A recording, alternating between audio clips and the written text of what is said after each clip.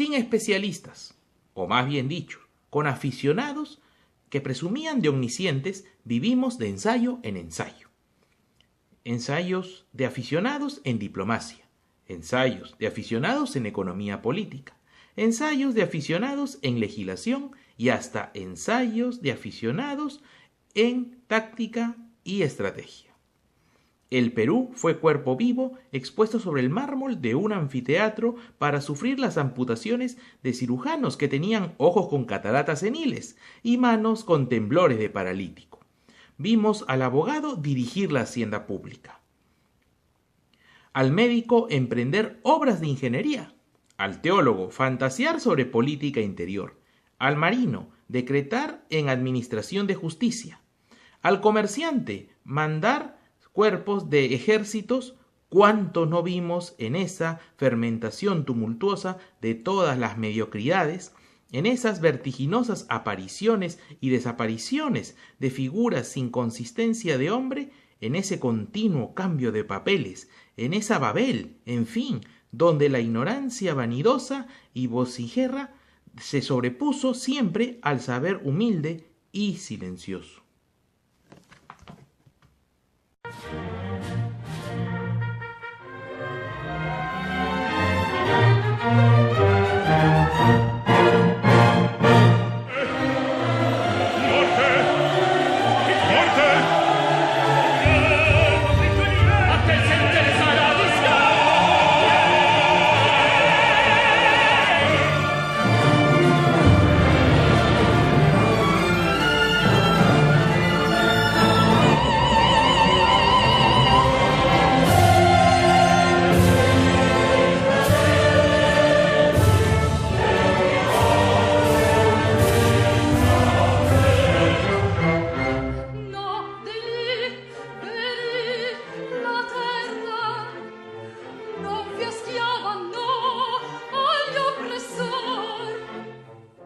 ¿Qué tal?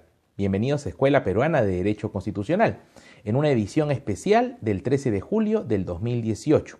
Este viernes que hemos querido hacer un programa excepcional, toda vez que los acontecimientos de los últimos días requieren de un pronunciamiento de aquellos que nos hemos formado profesionalmente en el campo de la ciencia jurídica para acercarnos a la ciudadanía y también compartir la indignación y la mortificación que han generado todos estos sucesos que se han podido ver desde las más altas esferas del Poder Judicial y también del Consejo Nacional de la Magistratura.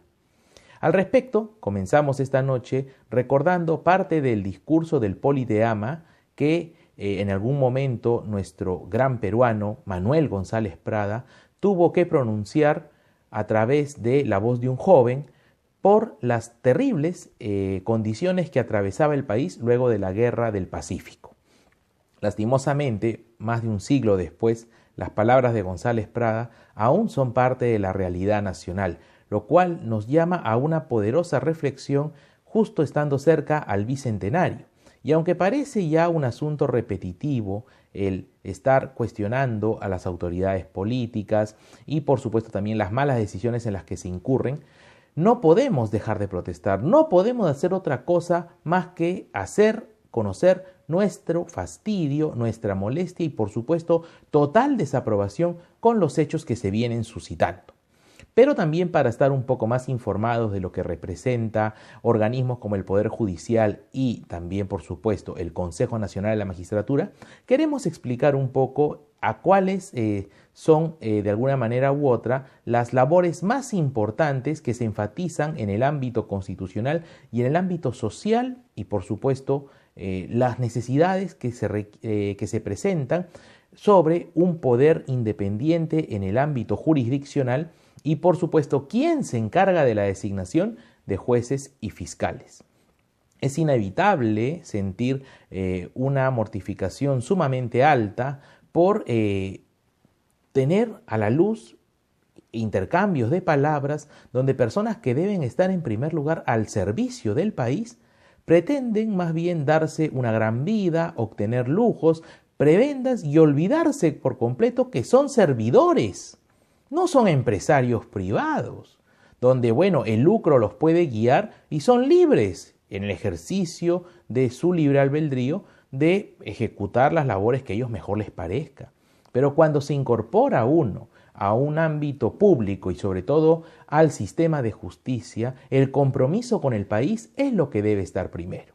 Precisamente queremos mencionar a la ley de la carrera judicial, la ley 29.277, que debe tenerse presente para entender qué es un juez, a qué se dedica, quién los escoge y sobre todo cuáles deben ser sus cualidades. En el artículo 2 precisamente se desarrolla el perfil del juez, precisándose lo siguiente. El perfil del juez está constituido por el conjunto de capacidades y cualidades personales que permiten asegurar que en el ejercicio, en sus funciones, los jueces responderán de manera idónea a las demandas de justicia. En tal sentido, las principales características de un juez son: formación jurídica sólida, capacidad para interpretar y razonar jurídicamente a partir de los casos concretos. 3. Aptitud para identificar los conflictos sociales bajo juzgamiento. 4. Conocimiento de la organización y manejo del despacho judicial. 5. Independencia y autonomía en el ejercicio de la función y defensa del Estado de Derecho. 6. Conocimiento de la realidad nacional y prácticas culturales del lugar donde desempeña su función. 7. Propensión al perfeccionamiento del sistema de justicia. Y 8. Trayectoria personal éticamente irreprochable. La labor de juez es una de las labores fundacionales dentro del sistema del Estado de Derecho. ¿Y esto por qué? Recordemos que por siglos y hasta milenios la humanidad vivió bajo un dominio de la fuerza bruta. Quien tenía todo el vigor para hacer imponer su voluntad era el que predominaba, sin respeto alguno a los derechos de otros individuos. Pero sería a finales del siglo XVII y sobre todo en el siglo XVIII cuando se consolida el imperio de la ley como un principio del Estado moderno. Y esto es que todos somos iguales frente a la ley entendida como expresión de la voluntad general. Y en este sentido también surgía una necesidad. Como no correspondía desde una perspectiva civilizada que nos agarremos a golpes o pretendamos sobre el uso de métodos incluso violentos, hacer respetar nuestra voluntad, la creación de un órgano jurisdiccional, es decir, decir el derecho, jurisdictio, decir a quién le corresponde lo que se exige y dar a cada uno lo suyo, como era el original adagio de Roma sobre la justicia. Esa labor que ya venía así desempeñándose en algunas sociedades del siglo XII, con la Carta Magna, recordemos siglo XII, siglo XIII, pero ya para los siglos XVII y XVIII requirieron a profesionales debidamente capacitados y sobre todo personas idóneas que pudieran establecer la paz en medio del conflicto, sin necesidad de que las partes, de que los acusados y también por supuesto los demandantes, tuvieran que enfrentarse de una manera salvaje, como mencionábamos hace un momento. Pues no, más bien los jueces tenían la labor de atender todo problema, toda litis, incluso controversia, entre otros, de los ciudadanos en general y darles una solución sobre sus pretensiones. Si le concedían lo pedido, la demanda era fundada. Si desestimaban su pretensión, la demanda devenía en infundada. Pues bien, en este sentido, en un libro indispensable que todo estudiante de derecho, abogado y juez sobre todo debe haber leído o debe leer próximamente, Memorias de un juez, el gran maestro Domingo García Rada, presidente de la Corte Suprema y un hombre con una entereza de vocación de servicio que representa su vida propiamente, un ejemplo de heroísmo y de una gran convicción por la paz de nuestra patria y su desarrollo. Nos dice en Memorias del juez Domingo García Rada lo siguiente: los jueces honestos y sabios aseguran la paz social y los individuos pueden estar tranquilos sabiendo que en caso de conflictos con particulares o de abuso del poder público, tienen quien defienda y ampare sus derechos. En este sentido, los jueces son los primeros en calmar las diversas contiendas que se susciten por un lado entre los mismos ciudadanos o los ciudadanos ante el Estado. De allí la necesidad de que los jueces sean imparciales. ¿Qué jueces hay en el Perú? ¿Qué se requiere para ser nombrado juez? Volvamos a la ley de la carrera judicial. En su artículo 3 nos señala los niveles de la carrera de juez, señalando que existen jueces de paz letrados, jueces especializados o mixtos, jueces superiores y jueces supremos. Dentro de los requisitos generales para llegar a tan altísimo cargo y de tremenda responsabilidad, se establece que se debe ser peruano de nacimiento, tener pleno ejercicio de la ciudadanía y los derechos civiles, tener título de abogado expedido o revalidado conforme a ley, no haber sido condenado ni haber sido pasible de una sentencia con reserva de fallo condenatorio por la comisión de un delito doloso, no encontrarse en estado de quiebra culposa, e incluso también, aún siendo una persona con discapacidad, si es que esto no es una limitante absoluta, puede llegar a ejercer la función de juez. Y también, por supuesto, no haber sido destituido por medida disciplinaria del Poder Judicial o del Ministerio Público, ni de cualquier otra dependencia de la administración pública. Como vemos, se exige para ser juez una serie de requisitos que van de la mano con la integridad y la búsqueda de la virtud en la persona que desempeñe tan importante función. No obstante, lo que hemos podido presenciar estos días, que incluso hace unas horas ha llevado también a la renuncia en el ámbito del Poder Ejecutivo del Ministro de Justicia y Derechos Humanos, nos llama a una necesidad de manifestarnos y, siguiendo tal vez la propuesta del presidente Vizcarra de la necesidad de una reorganización del Poder Judicial, hacer también sentir la necesidad de que las facultades de Derecho, los decanos y los colegios de abogados asuman un compromiso activo para cambiar esta situación. Ver a personas pidiendo entradas para un partido de fútbol, vanagloriarse de amistades que se tienen, de buscar convenios no para que funcionen, sino solo para que tengan puntaje a nivel de la carrera que desempeñan en una universidad privada, es sumamente lamentable y, por supuesto, denigrante para un hombre cuya principal labor es llevar la paz a su patria y que esto sea un motivo para su desarrollo. Muchas veces expedientes, juicios duermen por años, por lustros, terriblemente. ¿Y por qué? Porque el señor no tiene tiempo, porque no pues está asistiendo a cócteles, convivios. ¿Es tan difícil ser juez? Somos un país con más de 100 universidades.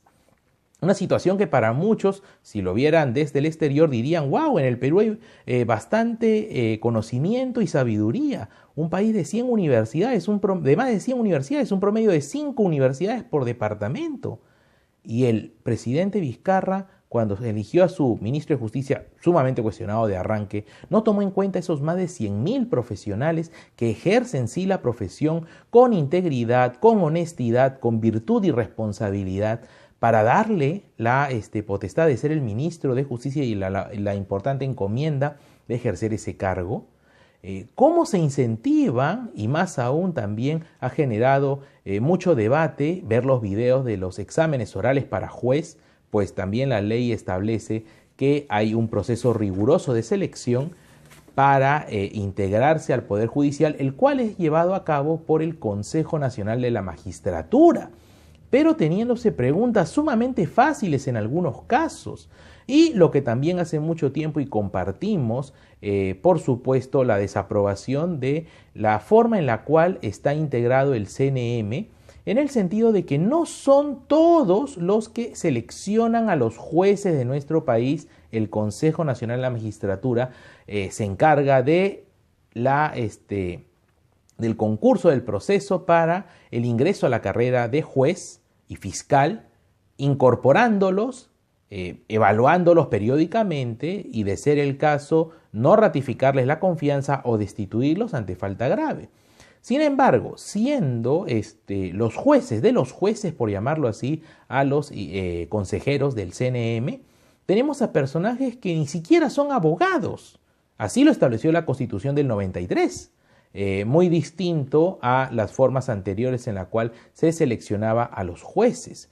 También cabe la posibilidad de que uno ingrese al sistema judicial como una especie de juez contratado, lo que se conoce como los jueces supernumerarios. No son de carrera, pero se les contrata para ser juez de una forma temporal, o pueden también permanecer por mucho tiempo, pero como se le conoce, de forma provisional, lo cual tampoco permite un adecuado desempeño de la función.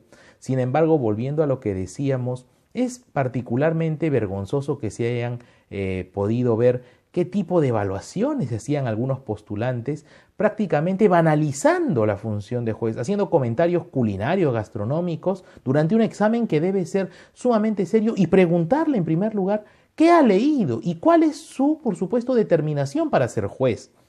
Si es para tener un trabajo fijo hasta su muerte, creo que ese es el motivo más egoísta que puede mover a una persona para ser juez.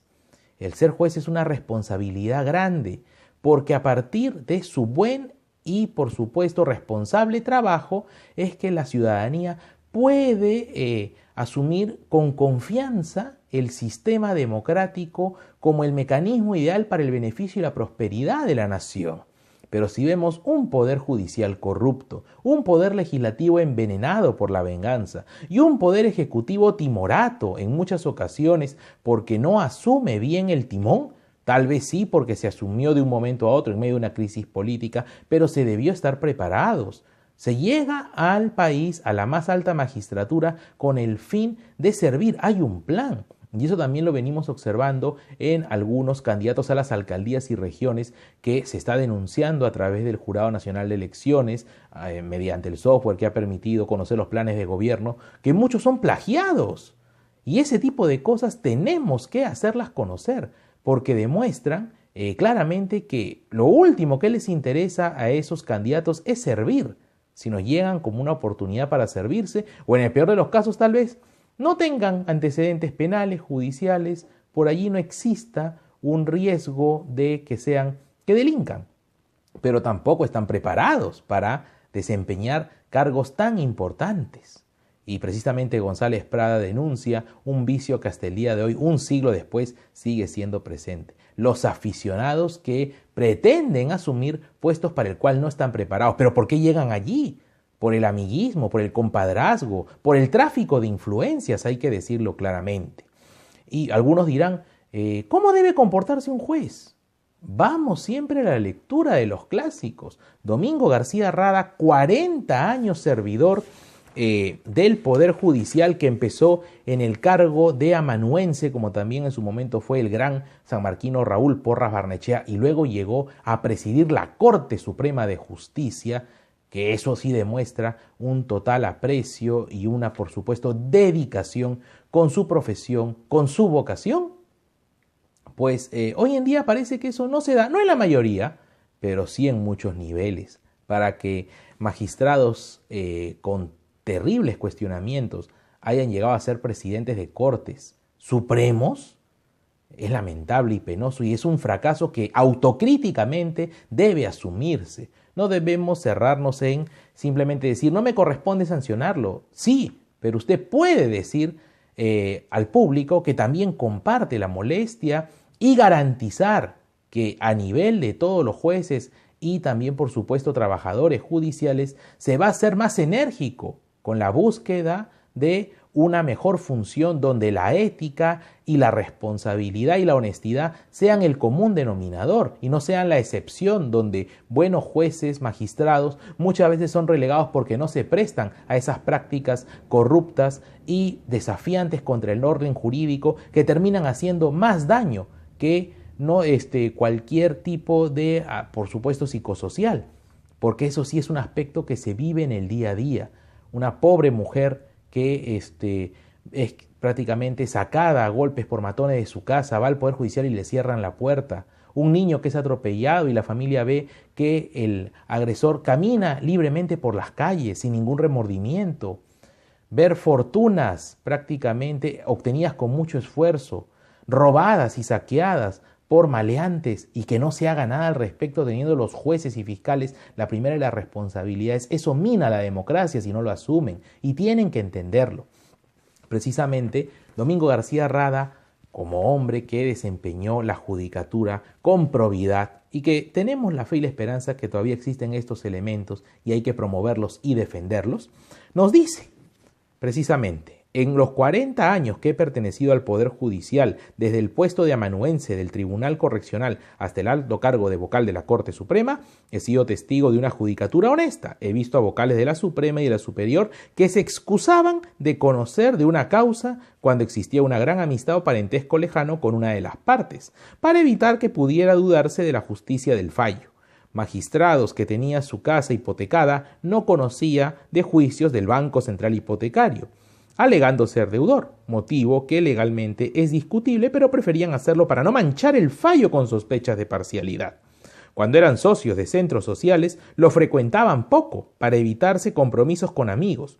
Cuando los vocales eran propietarios de fincas y tenían juicios de desahucio con deudores morosos, otorgaban poder amplio y general a algún abogado y se desentendían completamente de la causa, sin recomendarla a sus compañeros. Al ser invitados a reuniones de gente a quien no conocían, preferían no asistir por temor a que se tratara de litigantes.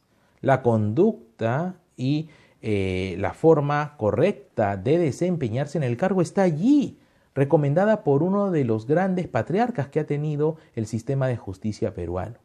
Pero que no lo quieran leer algunos, o que por el contrario de manera inmadura, egoísta, y que hoy en día les explotan esos errores en la cara, más bien no, buscan a la persona del poder al que le puede conseguir entradas para los partidos o un carro a mitad de precio. Penoso. Pero insistimos, este video no es solo para quejarnos de lo que ya estamos viendo, sino para exhortar a que no siempre ha sido así, que podemos ser mejores, pero existe la necesidad de que, por un lado, el Consejo Nacional de la Magistratura sea reformado como hace años se pide, en la forma en la cual se eligen a sus consejeros para que sean profesionales en derecho quienes lo integren y sean, por supuesto, sumamente responsables con la forma en la cual seleccionan a jueces y fiscales. Un poder judicial que tiene que ser mucho más riguroso en la forma en la que se controlan los expedientes que se atienden. No puede ser que casos que de acuerdo a los códigos no deben tardar más de 2 meses terminen tardando más de 2 años. Eso es impensable. Y aunque uno puede también entender de que existen limitaciones presupuestarias y económicas, pero los magistrados no ganan 10, 20 soles al día. Y tienen asistentes y tienen secretarios que, si tuvieran la debida capacitación, y en ese sentido también llamar la atención a las universidades, ¿cuántas de las mallas curriculares de las carreras de derecho están enfocadas en formar a mejores servidores en materia de labores jurisdiccionales? A veces solo formamos a abogados para la asesoría o para el mundo corporativo y nos olvidamos de la primera necesidad pública, que es darle justicia a los ciudadanos. Y aunque ellos no tienen necesariamente el ingeniero, el comerciante, el médico o también, por supuesto, la maestra de escuela, entender cómo funciona el sistema judicial, sí tiene derecho a obtener fallos ante una situación que se presente, un despido arbitrario, un incumplimiento de un contrato, un poder judicial diligente y servicial para que consiga al menos un fallo que le haga entender si tuvo o no tuvo la razón. Y precisamente también es importante impulsar a partir de todo esto conversatorios con el Ministerio de Justicia, los colegios de abogados. Muchos de estos eventos, como han declarado ciertos colegas, se hacen en gran medida gratis, o sea, al expositor casi no le pagan. Pero sí, bueno, existe la cortesía de un diploma, de una medalla, etcétera. Creo que eso es más que suficiente. Algunos optamos por este medio, dar nuestras ideas, nuestras sugerencias y nuestras perspectivas a través de un canal gratuito como es el YouTube. Y precisamente un libro muy interesante al cual siempre recurro, de nuestro buen amigo el doctor Carlos Ramos Núñez, Historia de la Corte Suprema de Justicia del Perú. Un libro precioso que nos repasa toda la situación y la evolución que ha tenido nuestro Poder Judicial prácticamente en los 200 años de República que estamos próximos a cumplir. Entonces, queda el llamado a mejorar nuestro sistema de justicia, entender que ser un servidor en el ámbito jurisdiccional no es lo mismo que tal vez ser sin desmerecer la profesión, por supuesto, un controlador o ser por allí un asesor no es tan simple, en el sentido de que aquí se juegan con las expectativas de un ciudadano. Es el colmo que una persona a la cual hemos visto públicamente la golpearon de una forma matonesca, terminen absolviendo al agresor. ¿Qué explicación, con qué lógica se le da a entender al país que ese hombre que hizo mal finalmente está impune? ¿Con qué cara los abogados podemos decirle a el vecino, a la familia que te consulta, qué pasó aquí? Que ha habido una arbitrariedad total. Y aunque pueden a veces existir ciertos tecnicismos que en el ámbito profesional, en el argot del desempeño, se están de alguna forma u otra aplicando, eso no puede ser sinónimo de impunidad en absoluto. Entonces convocamos a una necesaria autocrítica primero de los jueces y fiscales, y también por supuesto de todo aquel que sienta necesaria, no por pedir perdón o hacer un mea culpa se es menos profesional, al contrario. El ejemplo y la virtud de aquel que se llama profesional es en reconocer sus errores y enmendarlos. A la masa tal vez no le podemos pedir que enmienden sus malas conductas de forma tan rápida o que reconozcan sus errores. Pero un poder judicial que advierte de la comisión de ilícitos y crímenes sí tiene el trabajo de castigarlos y de alguna forma u otra resarcir los agravios y ofensas y delitos que hubieran cometido. Asumamos pues esta crisis que se viene en el sistema de justicia, que es muy delicada, porque termina poniendo en tela de juicio la democracia misma como una oportunidad para renovarnos, pero con un compromiso fehaciente y activo, no solamente asumiendo hoy en día una publicación en Facebook y luego olvidarnos del asunto. La injusticia está allí, pero es nuestro trabajo hacerle frente. Todos, sobre todo los primeros, los profesionales en nuestra disciplina, el derecho. No perdamos la fe. Nos vemos en una próxima ocasión.